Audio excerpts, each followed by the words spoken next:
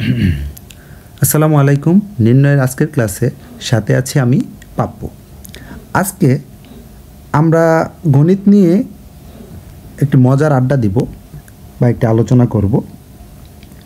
তো গণিতের কিছু বিষয়, মজার বিষয় নিয়ে আলোচনা করব, যে গণিতের আসলে ব্যাপ্তিটা কতটুকু সেটা নিয়ে একটু আলোচনা করার চেষ্টা করব। তো সকল আলোচনা তো আর এক ভিডিওতে করা সম্ভব নয়। আজকে একটা টপিক নিয়ে আলোচনা করব। সেই টপিকটা কি? টপিকটা আমি পরবর্তীতে আসছি। তো আমি প্রথমত একটা বিষয় একটু বলার চেষ্টা করি। ধরো আমাদের কাছে একটা সমীকরণ আছে, এক্স কিউব ইকুয়াল টু 1। এই সমীকরণের সমাধান কি? এই সমীকরণের সমাধান আমরা চট করেই বলে দিতে পারি, বা x equal to cube root 1। তো এই যে কিউব রুট 1 এর মান কত? 1। ওকে, ফাইন, এটা ঠিক আছে। তো এখন আমার প্রশ্ন হচ্ছে, আমরা গণিতের একটা থিওরেম জানি যে কোনো সমীকরণের চলকের সর্বোচ্চ যে ঘাত থাকবে সেই ঘাতের সমান সংখ্যক সমাধান থাকবে সেই সমীকরণে। অর্থাৎ এই যে সমীকরণটা আছে, এই সমীকরণের সর্বোচ্চ ঘাত কত? সর্বোচ্চ ঘাত 3। তার মানে এই সমীকরণের সমাধান থাকা উচিত 3টি। তাহলে এখন প্রশ্ন হচ্ছে, বাকি দুটি সমাধান কোথায়? আমরা তো শুধু একটি সমাধান পেয়েছি, সেটা হচ্ছে 1।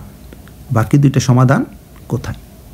তো আমরা এখন দেখব আসলে বাকি দুইটা সমাধান কোথায় আছে। ধরো সমীকরণ এক্স কিউব ইকুয়াল টু 1 দেওয়া আছে, তাহলে আমি লিখতে পারি বা x cube minus 1 equal to 0। তো এখন আমরা এ কিউব মাইনাস বি কিউবের সূত্র যদি লিখি, x minus 1 x square plus x plus 1 equal to 0 লিখতেই পারি। তাহলে হয় এক্স মাইনাস 1 ইকুয়াল টু 0 অথবা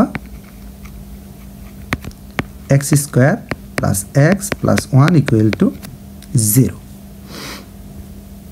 তো এখন আমি যদি এটা সমাধান লিখি, বা এক্স ইকুয়াল টু 1, এই এক্স ইকুয়াল টু 1 এটা আমরা আগেই নির্ণয় করেছিলাম।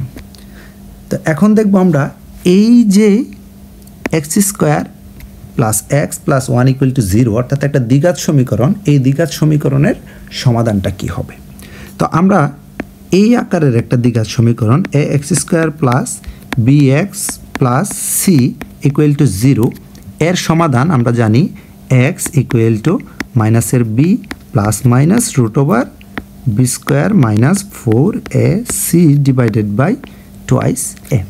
এই সূত্রটিকে কাজে লাগিয়ে আমি যদি এখন এই সমীকরণের সমাধানটা নির্ণয় করার চেষ্টা করি, অর্থাৎ এক্স ইকুয়াল টু মাইনাসের বি মানে হচ্ছে মাইনাসের 1 plus minus root over B square minus 4 A C divided by twice a, minus 1 plus minus 1 minus 4 divided by 2 equal to minus 1 plus minus root over minus 3 divided by 2। তাহলে এই সমীকরণ থেকে এখন আমরা দুইটা মূল পাচ্ছি, অর্থাৎ আমি একটার নাম দিলাম x1 minus 1 plus root over minus 1 divided by 2, আরেকটা হচ্ছে x2 equal to minus 1 minus root over minus 3 by 2। তার মানে আমাদের যেই দুইটা মূল বা যেই দুইটা সমাধান আমরা আগে পাইনি, এখন আমরা এই দুইটা সমাধান নির্ণয় করতে পেরেছি, এবং এই সমাধান দুইটা হচ্ছে এই রকম। তো সংখ্যাটা একটু অদ্ভুত, দেখতে একটু জটিল মনে হচ্ছে। তো দেখতে যতটা জটিল মনে হচ্ছে, এই দেখার জটিলতা আসলে জটিল নয়। জটিলটা হচ্ছে কোন জায়গায়? এই যে রুট ওভারের নিচে একটা ঋণাত্মক সংখ্যা অর্থাৎ -3, জটিলতা হচ্ছে এই জায়গায়। তো রুট ওভারের নিচে যদি একটা ঋণাত্মক সংখ্যা চলে আসে, তখন সেই সংখ্যাটা আর স্বাভাবিক সংখ্যা থাকে না বা পূর্ণ সংখ্যা থাকে না, সেই সংখ্যাটা হয়ে যায় একটা কাল্পনিক সংখ্যা। তো গণিতবিদরা বিভিন্ন সময় বিভিন্ন সমীকরণের সমাধান করতে গিয়ে যখন দেখলেন যে কিছু কিছু সমাধানে রুট ওভারের নিচে নেগেটিভ সংখ্যা চলে আসে, তখন তারা ওই সমাধানগুলোকে বা ওই সংখ্যাগুলোকে কাল্পনিক সংখ্যা হিসেবে আখ্যায়িত করেন। এবং এই যে হচ্ছে নিত্য প্রয়োজনীয় সমাধান, এই সমাধানের মানে প্রয়োজনীয়তার জন্যই এই জটিল সংখ্যার উদ্ভব হয়েছে।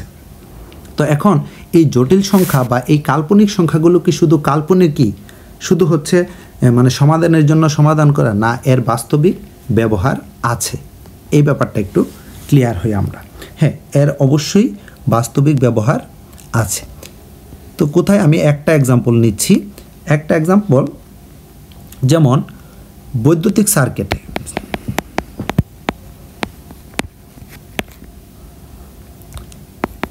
আমরা যদি একটা এসি সার্কিট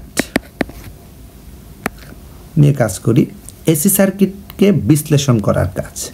তো এসি সার্কিটকে বিশ্লেষণ করার ক্ষেত্রে আমার লাগবে রেজিস্ট্যান্স আর, ক্যাপাসিট্যান্স সি এবং ইন্ডাকট্যান্স এল। তো এইখানে একটা সমীকরণ আমরা পাই Z equal to R plus J X, যেখানে জে সমান সমান রুট ওভার -1 এবং এক্স হচ্ছে রিঅ্যাক্ট্যান্স।